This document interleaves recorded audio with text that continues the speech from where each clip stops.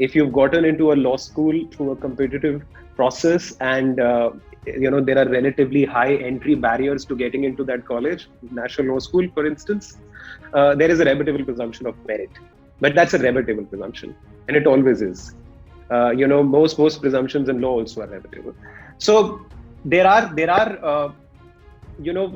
certain advantages of being from such law schools as far as internships are concerned. But at the end of the day, I've come to realize that it all boils down to the candidate. There are ways of making yourself stand out in a crowd of people by what you do, by what you say, by what you write, by how you speak, by how you think.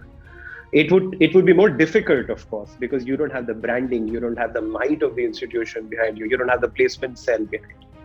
But it is certainly doable. My funda for this is very, very simple. Either get into one, or if you don't, then there's no reason to complain. You have to endure what you can't cure.